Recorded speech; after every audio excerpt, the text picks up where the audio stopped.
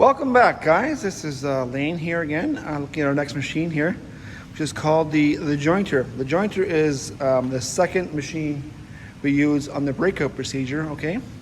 What it does, it creates a one face. It flattens one face, smooths it off, smooths a face and an edge. All right, just those two sides. But before that, we want to make sure a couple of things are in order, all right?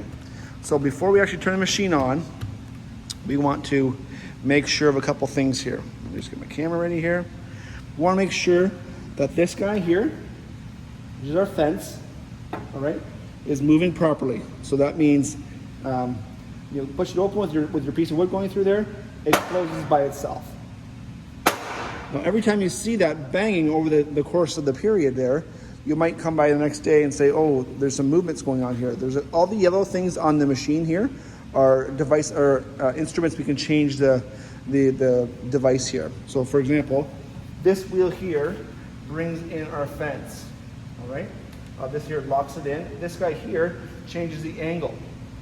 Every time this happens, it bumps it, potentially pushing that bottom of the fence out, okay?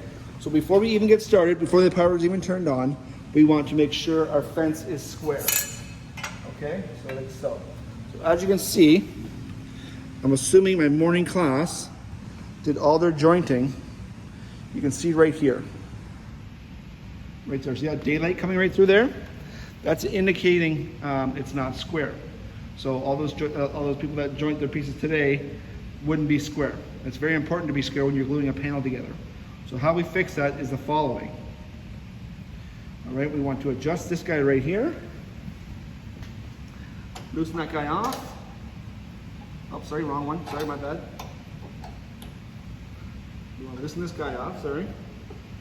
And then push that in until it makes it square. So there's no daylight coming through. All right, like right there. Okay? So again, what we're doing is we're doing one face and one edge. Now that's all ready to go, so what we want to determine now is determine which way our piece goes down, okay? There'll be a cup sign to the wood. You actually see it from there, hopefully. There's a cup side here, so we're gonna determine which side rocks the least, all right? This rocks like that, and we flip it over, this doesn't rock as much. So that's the side we wanna go down. Now, if you look behind me here, there are instruments, let me second turn up for you here. There are instruments that we use on the machine here. So look behind me here. On the wall, there's instruments that we use to hold down the piece of wood. So our hands should never touch the material, okay? As you can see here, the machine did some damage on the block, which I'd rather have the damage on the block than your finger, okay? So on that size of piece of wood, I'd like to use a smaller push stick here. So this guy here, I would use this smaller one here. As long as it covers most of it, then I would use this guy here. I would put my hold down device and I would push it here, okay? We are very fortunate to have the size of machine we have right now. So this here, very rare to find now, right? This is old but goodie, but it's got a 12-inch blade on it, okay? So we can go up to 12 inches when we machine a piece. So all the pieces that we have, all the material we have now can go here no problem, go through here no problem, okay? So what I would do now is I'd have my safety glasses on, the power would be on, make sure everything's all my measurements and stuff, tools are off the table. I would have my piece here. I can't really demonstrate because it's gonna be too loud for you. Hold my pieces down.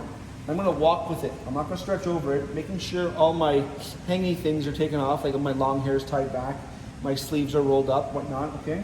And I push it all the way through. All the way through, it makes it out.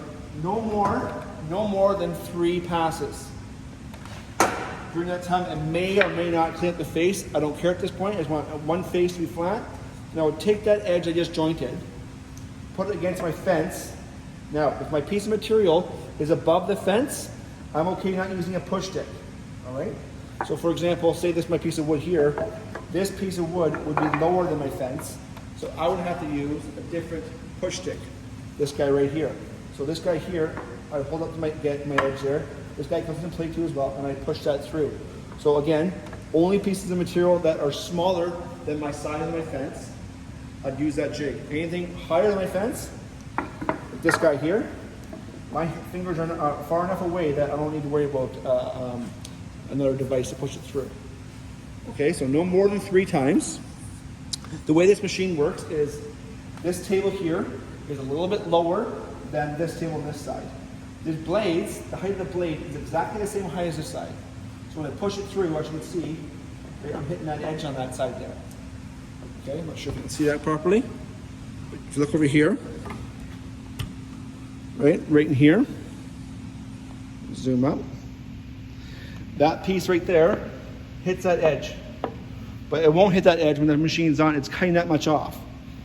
So I believe it's about a 1/16 of an inch or an 1/8 of an inch or so taking off. So that's plenty for us, okay? Again, this wheel here adjusts the height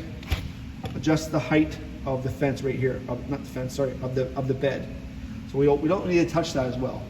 We're just gonna make sure this guy right here, the stop button, is in an awkward position, okay? Because what tends to happen is when you're working away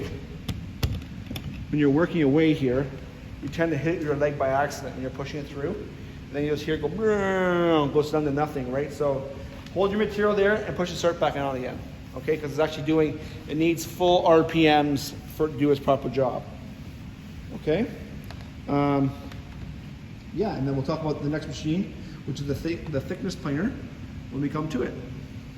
All right. Thank you very much for watching, and stay tuned for the next video. Thanks.